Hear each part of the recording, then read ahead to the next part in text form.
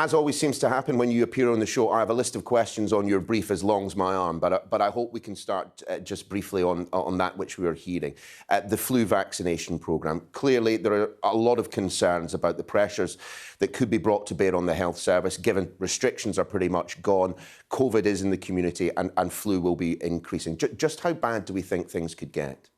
I think it's extremely important that people get their flu vaccination. In previous years, we will have heard these messages pre-COVID, and some people have thought, well, I'm usually fine with these things. This year is different, as your report suggested. You've had people not building up any immunity because last year we were all split apart so much because of COVID. And then obviously the twin threats of both COVID and flu means that this year getting your flu jab, if you're in any one of the many different categories you showed there, all over 50s, vulnerable people, people who live with vulnerable people, just go and get the flu jab done. You can probably get it at the same time or similar time to doing the booster jab for people for COVID as well. Some of those involved in the health service are suggesting we could see deaths from flu rising as high as 60,000. Well, look, I'm not an epidemiologist, even though we've all become armchair ones through the COVID crisis. But we know the dangers of flu. It's not new. There's pressures on the health service every single year through the winter months due to flu. And yes, last year was really just an exception to that because of people staying at home. So, but we can all do something about it. And of course, the flu vaccine is that thing. When you get the call, please go and get the jab, as has been so familiar with COVID, but now for flu as well. Well, let's both take off our amateur epidemiologist hats and move directly onto your brief. And of course, a big announcement yesterday in terms of travel around the world. Just 7 countries now left on the red list. Some people are suggesting, however, that we should still be concerned about the possibility of variants coming into this country and perhaps seeding. Is that not a major concern of the government anymore? Well, you're right to say it's a major step forward. Really, the travel industry, which has been into this crisis first, out last in many ways, has suffered hugely. That's a lot of jobs on the line, etc. When it comes to the safety aspect of it, we are still requiring a test. We're going to move that down from being a PCR test, the expensive ones that you have to send away to a lab, to a lateral flow test. So that will help. And it will enable us to monitor things. And actually, reassuringly, if you come back from somewhere, you do a lateral flow, you get a positive, then you'll be able to get a free NHS PCR test in the normal way and you're back into the normal system. But the big difference, of course, now is we're vaccinated. And if we're having this conversation this time last year, no one was vaccinated. And that really makes the change there. Just in terms, though, of the testing and the move from PCR to lateral flow, can you give us a date on when we might know this? Of course, half-term is fast approaching. There are plenty of people who might not be able to afford to get away for a break if we're talking about a requirement for a PCR rather than a lateral flow test. Yeah, that's right. We want to get this done for half-term for people. I know my colleagues over at Health and to a certain extent the Home Office, they're the people who have to implement this change, are working extremely hard on getting this done. And so we anticipate having it ready for the half-term. And what a difference it will make for people rather than having to do things like send off the test and wait for the result, as people will be familiar with a lateral flow. You read it on the cassette there and then. It shows your result within a few minutes, and much easier, much less expensive as well. Just very briefly, when might we expect that announcement then? In the coming days, we know when obviously the half term's coming up, and my advice to people would be just to hold off. You will need to book make sure that you've got a lateral flow test booked, and you'll put the reference number on your passenger locator form before you come home. Of course, you can fill that out whilst you're abroad in most cases. And of course, another simplification is, and this has already happened, you no longer need to take a test before you depart, wherever you're coming back from, Spain or wherever you happen to be, back to the UK. You no longer need to seek a test before you come here. So that's a major simplification. Of course, the big one we're waiting for in November, this won't be for half term, I'm afraid, but the US have said that they'll reopen to British visitors as well. And of course, that's a very major air route, the busiest in the world. Do we have a specific date on that just yet, Transport Secretary? I don't. I've been speaking to my opposite number. I spoke to the American ambassador a couple of days ago. They're still working through the technicalities of that. They've said November to us, and obviously we're working very closely with them because we would like to see that done. So families can reunite, businesses can get together, and people can go travelling again. So we think it's certainly well due. We're allowing Americans here. We're recognising their vaccines, and I should mention in this big change that we're making today, another 37 countries are also being recognised by the United Kingdom for their vaccination programmes. So those people will be able to follow the new rules, which is just a simple lateral flow on day 2. To move to slightly more domestic matters, in terms of the shortages that we have seen at petrol pumps, the Petrol Retailers Association have accused the government of not having the ability nor the capacity to command and control the crisis. We're 15 days in now to shortages at the pumps. Can we put an end date? When are we going to be out of this situation? I understand it's different in different parts of the country, but it's still pretty bleak down in this part of it.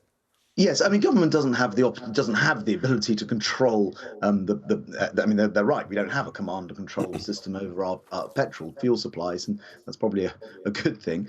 What we do know is that in most parts of the country, I was up in Manchester, the Midlands last week.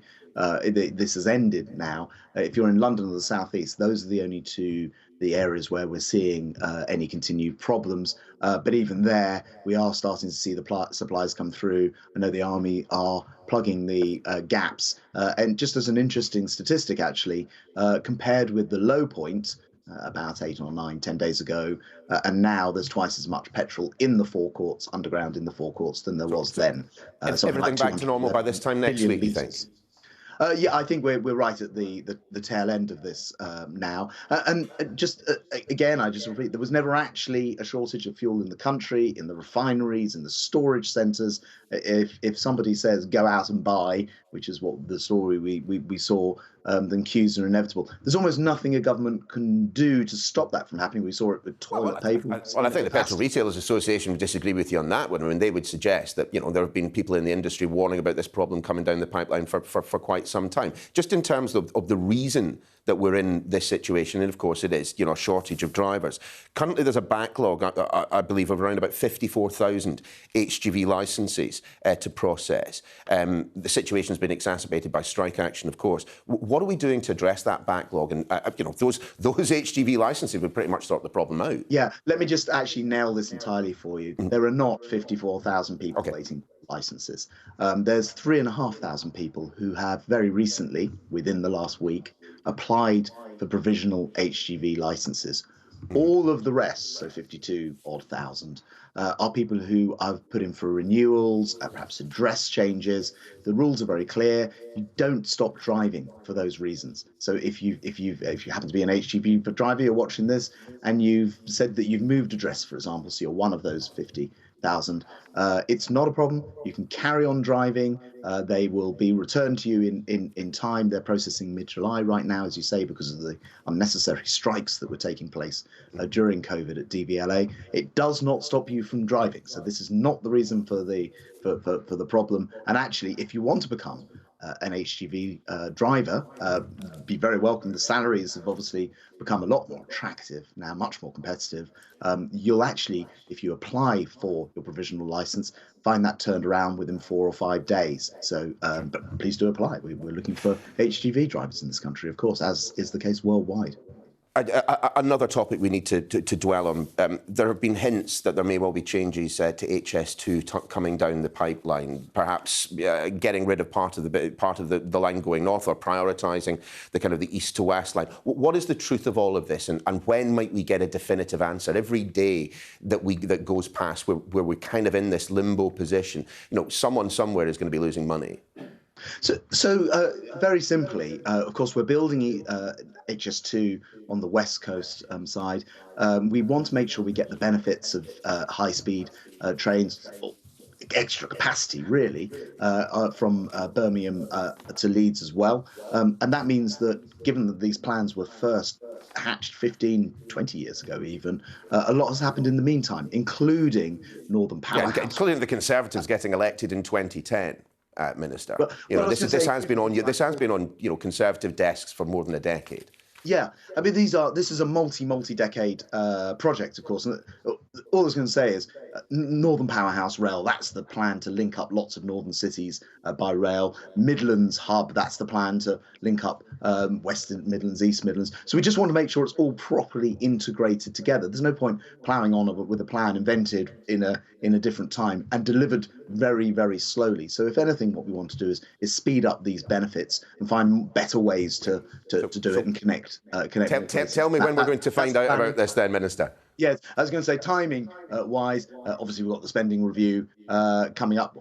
That is a big moment where the government sets out its plans, in this case for the rest of the Parliament. I think it's due on the 27th of October, to give you a precise date. So not long to wait until we're able to put all of this into context. I'm just having a quick look over your shoulders, and I can't see a Newcastle United emblem anywhere there. I don't know if you're a fan, but what do you make of the takeover of the club? I understand that many people dislike Mike Ashley, but Mohammed bin Salman, you know, and his involvement in the death of Jamal Khashoggi, which our intelligence services certainly seem to believe is the case, does mean that we have some very unsavoury people coming in and taking over, you know, one of the biggest football clubs in the country. What do you make of it? Well, first of all, I mean, there's a very clear test, actually. It was called the Owners and Directors Test for football clubs and for the Premier League, which they have to satisfy before anybody can invest in, take over a club. Yeah, I mean, they're not human rights experts, though, are they? No, they're not. Of course, look, the Premier League will need to and has assessed this. The Owners and Directors Test is the key thing. And the point I was going to make is that Tracy Crouch, who is an excellent MP, was a sports minister, is actually carrying out a review into this whole issue of finance, ownership, and the rest. Of course, if people pass that test, as the rules and the law stands, people are entitled to invest in clubs. My understanding in this case is there's been a complete separation between the country and the business that's involved, so that there's no direct control. I have to confess, you're not on my area of complete expertise, but I do know that the Owners and Directors Test has to have been passed. Otherwise, this could not have taken over. And I did note the fans seemed pretty pleased about it when I saw them celebrating on the TV last night.